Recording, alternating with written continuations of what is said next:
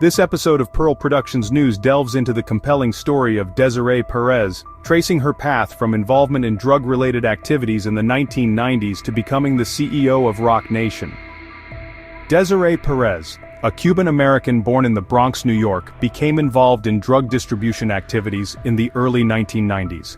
There are allegations out there connecting Perez to the godmother of cocaine, Griselda Blanco, a Colombian drug lord who was prominent in the cocaine-based drug trade and underworld of Miami during the 1970s through the early 2000s. Legend is Pablo Escobar once said, "The only man I was ever afraid of was a woman named Griselda Blanco." Others say Desiree Perez's connection to the cartels was through OG Juan, a close business associate with Sean Jay-Z Carter. In 1994, Desiree Perez was arrested for conspiracy to distribute narcotics, specifically involving 35 kilograms of cocaine. To avoid a lengthy prison sentence, Perez entered into a plea agreement, receiving 5 years of probation. In 1999, she violated her probation terms and served 9 months in jail. Perez began managing nightclubs in New York City, where she met rapper Jay-Z. She played a pivotal role in the establishment of the 40/40 Club, and later became the CEO of Roc Nation in 2019, and remains the CEO to date. On January 19, 2021, President Donald Trump granted Perez a full pardon for her 1994 conviction. Post-pardon, Perez has been an advocate for criminal justice reform and social justice initiatives. Some figures in the hip-hop community have criticized Perez for her past cooperation with law enforcement and see her as dangerous and a federal informant. Others view her as a testament to personal growth and redemption. What do you think? Currently, Perez finds herself entangled in a dispute with her daughter. Desiree Perez, CEO of Roc Nation, is currently involved in a legal dispute with her daughter, Desiree Hadley. Hadley has filed a lawsuit alleging that Perez orchestrated her involuntary commitment under Florida's Baker Act and Marchman Act without legitimate cause. She claims that her mother used her influence to have her detained in mental health facilities for nearly 2 weeks. So legally, I can go home. No, you cannot. Why? Because you're being Baker active. Body camera video shows the moments Broward deputies encouraged Desiree Hadley to get into this pickup truck with people she says she didn't know. I can't ride with you and you guys take me?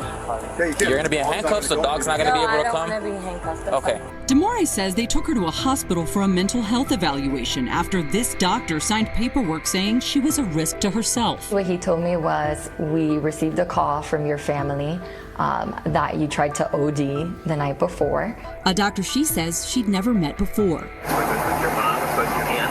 And according to Desiree, it's her own mother who's behind it. In this lawsuit, she claims her mother, Desiree Perez, used unlawful means to have Desiree falsely detained under Florida's Baker Act and Marchman Act. So she's the CEO of Roc Nation, a company that she owns along with Sean Carter, the famous rapper Jay-Z. The complaint alleges a conspiracy, saying Perez used her money, power, and influence to tear apart Desiree and her husband, Javon Hadley, and created an enterprise of individuals to effectuate her plot. To essentially try to separate me from my husband and to falsely accuse him of domestic violence. Perez has repeatedly denied these allegations in court filings. A month before Desiree filed her complaint, we found her mother filed her own lawsuit against Demore's husband, Javon. Citing evidence, Perez says he has abused her daughter for years, something the couple has denied in court records.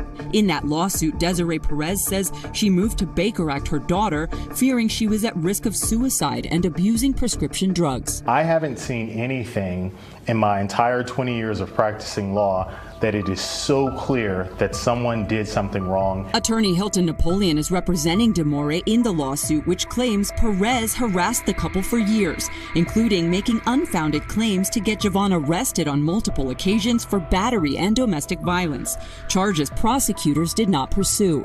The state attorney's office wrote a 11-page scathing closeout memoranda, which basically said that her mother made false allegations to the police. In this closeout memo, a prosecutor with the Miami-Dade State Attorney's Office cites Demore's lack of cooperation and raises concerns about some of the evidence and how it was obtained. The prosecutor also wrote Desiree was wrongfully Baker Acted last year, something her mother's attorney disputes in this letter, challenging many of the memo's other conclusions. I have 3 different collateral sources of information that say that she's been acting psychotic, that she threatened to overdose yesterday. Demore's lawsuit alleges her mother conspired with prominent psychiatrist Dr. Daniel Bober, seen here in body camera video, and others to have Demore committed for a mental health evaluation. Bober cites supporting evidence from her family and diagnosed Demore with an unspecified psychosis.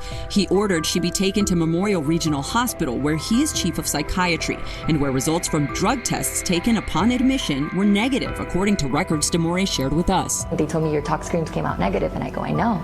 I don't do drugs. In a statement, Dr. Bober's attorney said Demore was placed under the Baker Act for 38 hours due to the potential risk of imminent harm she posed to herself, adding failing to take appropriate action would have been a breach of Dr. Bober's ethical and professional obligations. While Demore was at Memorial, her mother further petitioned to have her transported to a different facility under Florida's Marchman Act, claiming again in court records that Demore suffered from severe drug abuse. A judge granted that petition. They ran the test. They knew that she had no drugs in her system, and she was not abusing drugs. And the fact that you can't do anything about it is scary. Demore was sent to this treatment center in Deerfield Beach, where Dr. Bober serves as medical director. Where are the people that are supposed to protect me from this happening? According to her lawsuit, Demore requested a hair follicle test at that facility called Life Skills, which detects drug use for at least the past 3 months, and which showed no drugs had been in Demore. Demore was held at Life Skills until April 8th. She shared discharge paperwork that lists a diagnosis of persistent depressive disorder, which she disputes. No medication was prescribed. Court records show Demore was able to leave that day after her mother voluntarily dismissed the case. But Demore says the damage has been done, and she feels a system designed to keep people safe failed to protect her. Money, influence, and power should not be something that's used, right, or abused to hurt innocent people. Perez has filed a motion to dismiss Demore's complaint, asserting that the Baker Act and other legal proceedings she has undertaken were rooted in legitimate concern for her daughter's safety.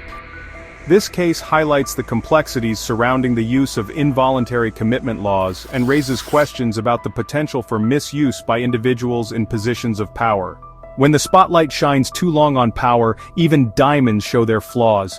So why are Roc Nation, Megan Thee Stallion, Jay-Z, and now even Desiree Perez all being linked to crime? It's starting to feel less like coincidence, and more like a pattern.